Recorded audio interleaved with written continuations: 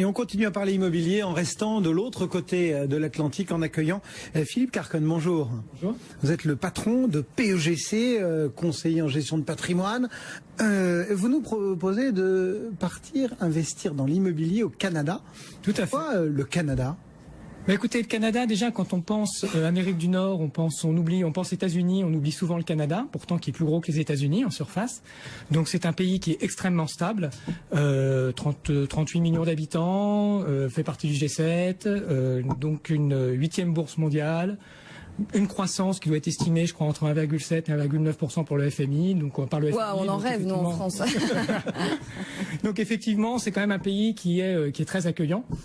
Après, plus spécifiquement que le Canada, je vais vous proposer une de la province qui est le Québec, donc qui fait en surface quand même déjà 3 fois la France. Ça, c'est pour le côté francophone. Exactement. Ce sont les cousins québécois. Donc effectivement, au Québec, nous avons la facilité que les personnes parlent français.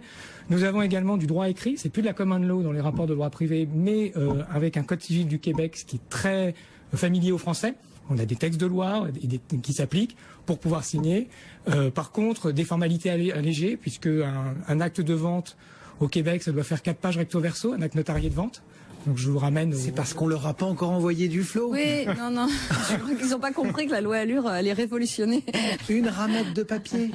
C'est tellement beau. Non, il y a une certaine allergie au papier même, je dirais. On est vraiment dans le côté pragmatique, puisque les Québécois, ce sont des Nord-Américains qui sont francophones. Ce ne sont pas des Français. Donc il faut bien voir, effectivement, l'approche est différente. Donc, et encore pour plus spécifiquement, je parle de l'île de Montréal. Donc Montréal est une île qui doit faire 4 fois et demi Paris intramuros pour 1,7 million d'habitants, donc un peu plus de place. Une ville très agréable à vivre. Moi, depuis que j'ai emménagé, mes enfants ne veulent plus partir. Donc c'est vraiment une destination assez agréable à ce niveau-là, très estudiantine.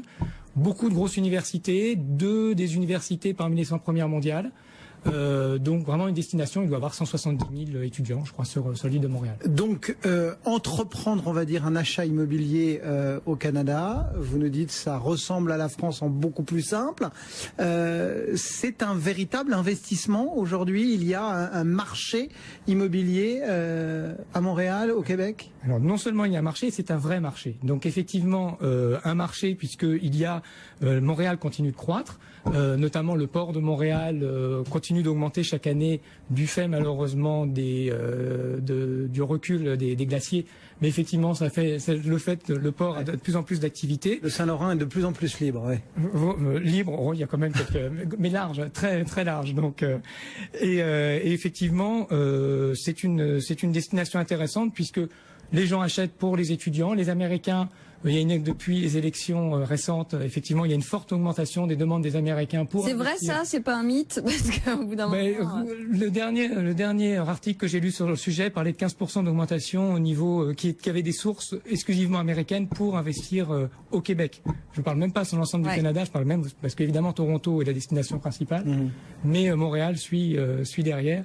Et oui. Donc il y a une augmentation démographique qui est en cours là.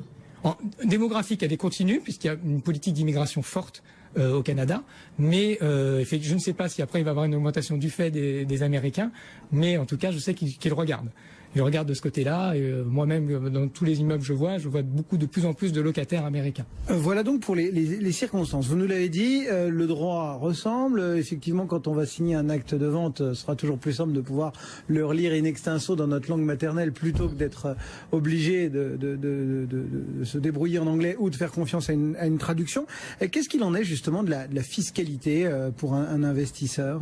Alors pour un investisseur français, donc qui reste résident fiscal français, hein, bien évidemment, on a une fiscalité côté québécoise qui est assez proche des Nord-Américains, ce qui veut dire effectivement on peut déduire beaucoup plus de charges. Par exemple, le propriétaire restant plus propriétaire dans la mentalité américaine, aller une fois par an voir votre bien, c'est normal. Donc vous pouvez déduire un aller-retour au niveau de vos billets d'avion. Ah oui, au niveau des revenus. C'est sympa ça pour des petits voyages. pas mal. Vous avez possibilité de déduire des amortissements, l'amortissement du bien à hauteur de 4% en dégressif par rapport à la valeur construite, donc pas le terrain. Mais donc tout ça fait en sorte que finalement on s'aperçoit assez vite que la fiscalité est assez réduite en termes d'impôt sur le revenu. Ça c'est côté québécois. Côté québécois.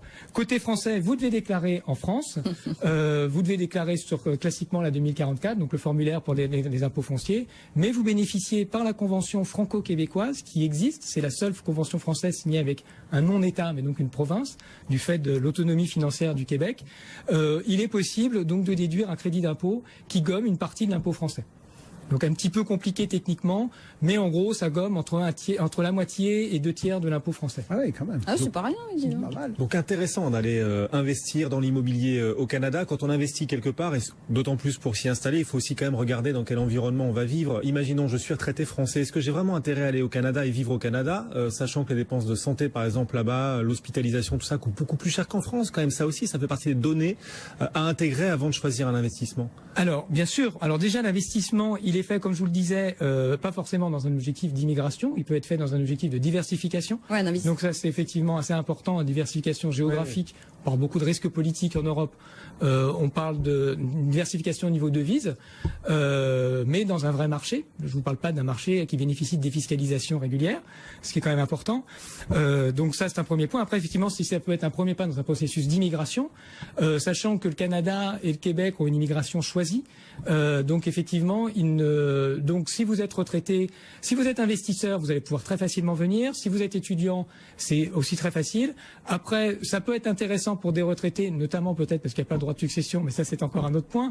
Après, est-ce que le Canada vous laissera rentrer sans projet si vous n'avez pas de proches sur place ou pas? Là, il faut effectivement, ce n'est pas évident. Et pour ceux qui souhaitent investir au Canada sans s'y installer, donc vraiment dans une logique d'investissement, si j'investis aujourd'hui au Canada, est-ce que je peux espérer vraiment des plus-values dans quelques années? Est-ce que vous pensez qu'il y a un potentiel de valorisation important encore pour l'immobilier au Canada? Parce que ça, c'est une problématique concrète des investisseurs. Bien sûr. Alors, 2 points déjà. Il y a une rentabilité locative qui existe, qui est importante, ce qui veut dire qu'on arrive après impôt. Je ne vous ferai pas le détail, mais en prenant au dénominateur véritablement l'ensemble de ce que va payer la personne, ce qui veut dire le prix d'achat, on est environ 1/3 des prix parisiens, hein, pour vous donner une idée.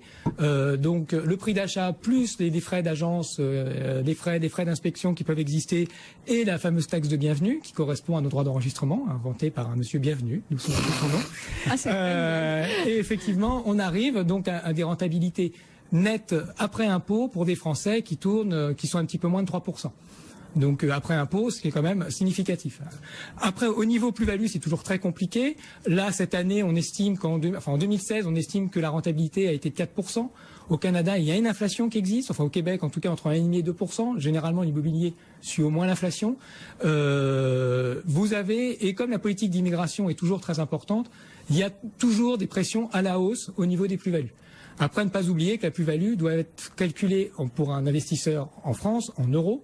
Donc effectivement, oui, le dollar canadien. Il y a l'impact de change. Oui. Voilà, il y a l'impact de change. Donc l'impact aujourd'hui, le dollar canadien est plutôt faible. On est à 1,40, entre 1,40 et 1,45 au niveau parité. On a connu des parités, on a connu des taux à 1,2. Donc c'est aussi à prendre en compte, puisque bien sûr, ce qui va apporter investisseur, c'est ça. Eh bien voilà une idée d'investissement locatif en allant au Canada. Merci beaucoup Philippe Carconne, donc le patron de PEGC spécialisé dans ce monde d'investissement immobilier au Canada. Merci Marie également, on se retrouve demain. évidemment.